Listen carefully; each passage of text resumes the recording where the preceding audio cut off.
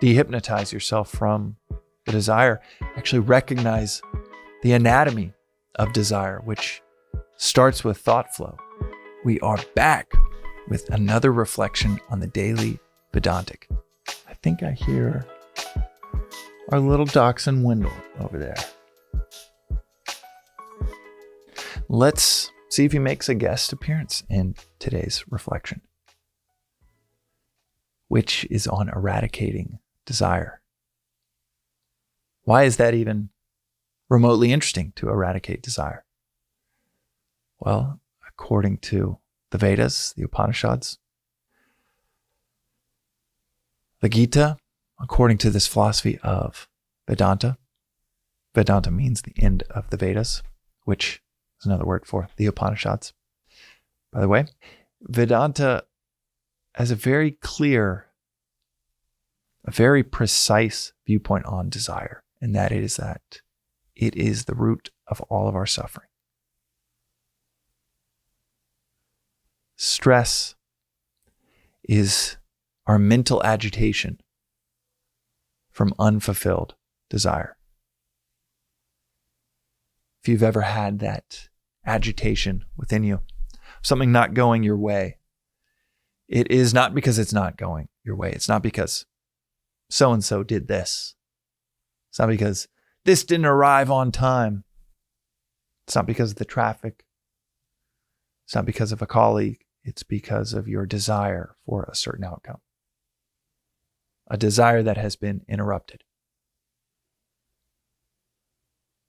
A desire that has been interrupted.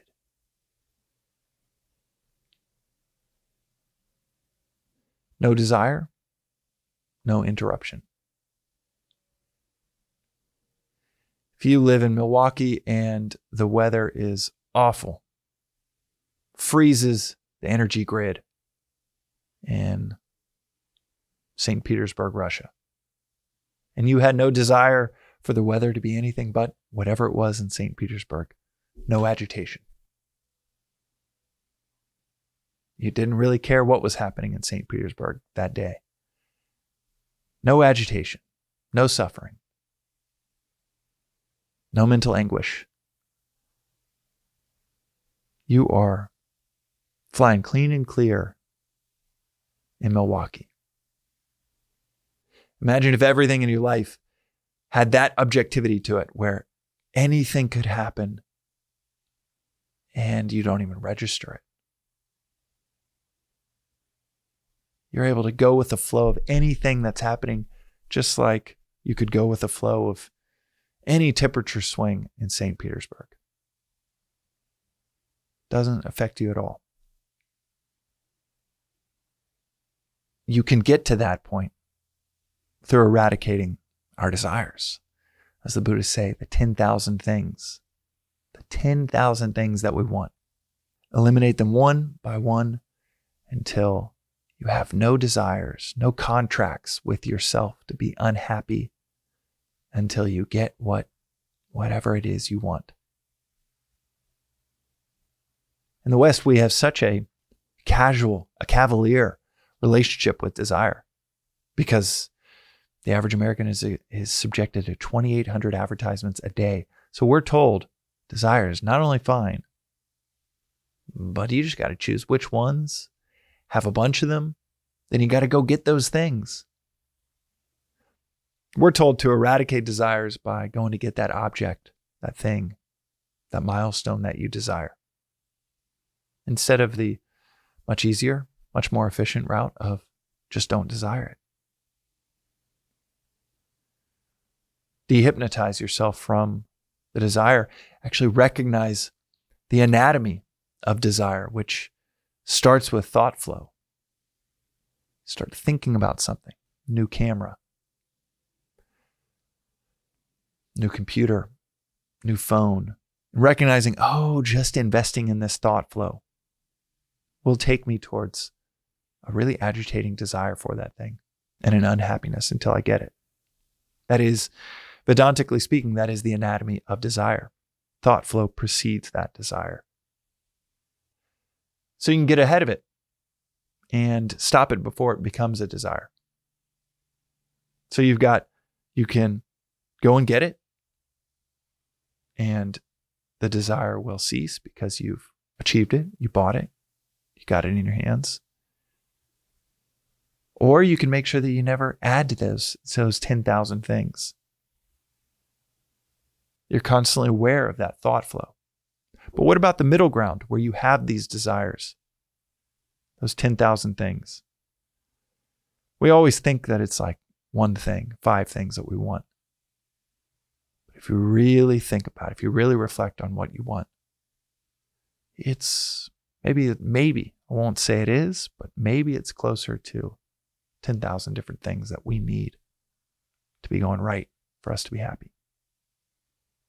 So what do you do if you're in this middle ground where you have those 50 that you can name, 50 things that you want?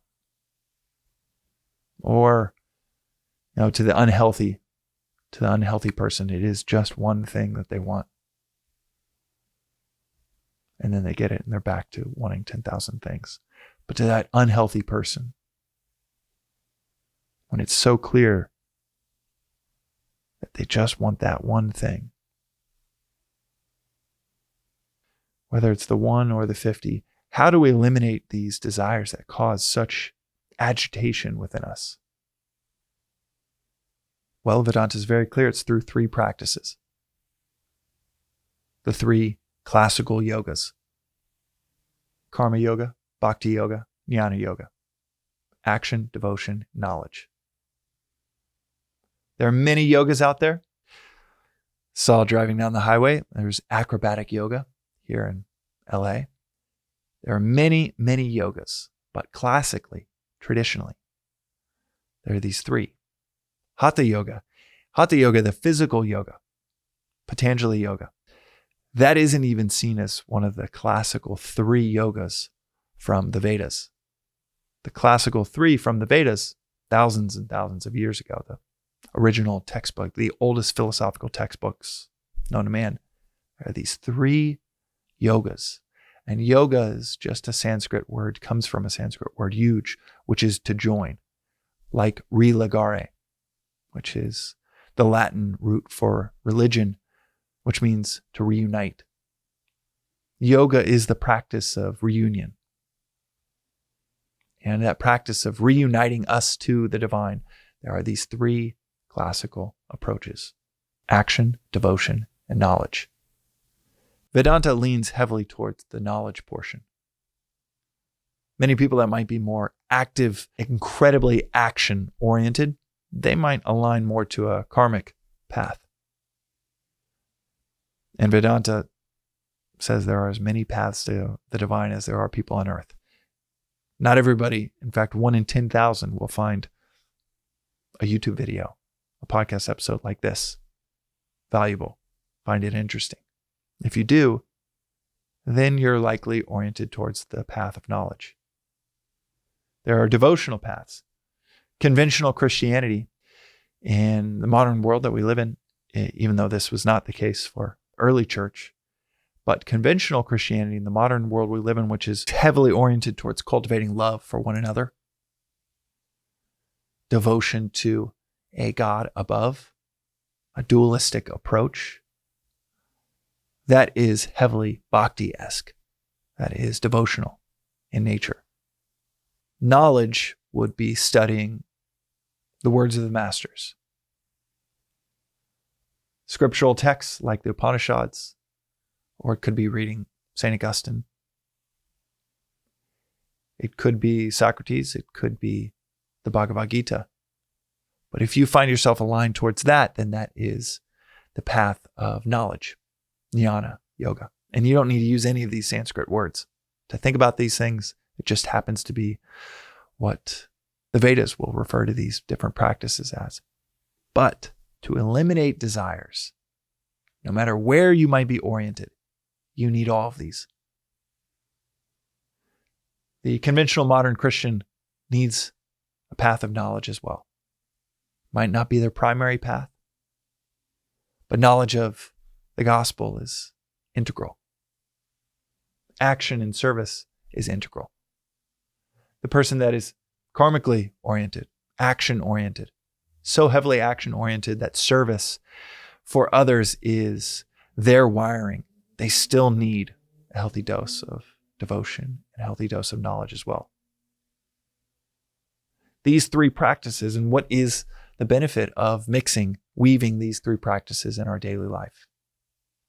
The benefit is that with these powers combined, with these paths combined, it begins to eliminate our desires one by one.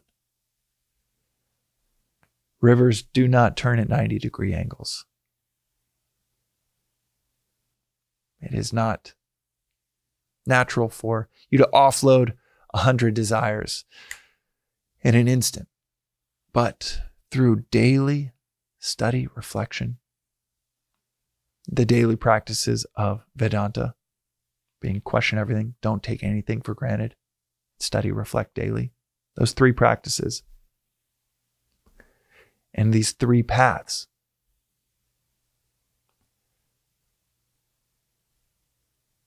the desires just start to fall away.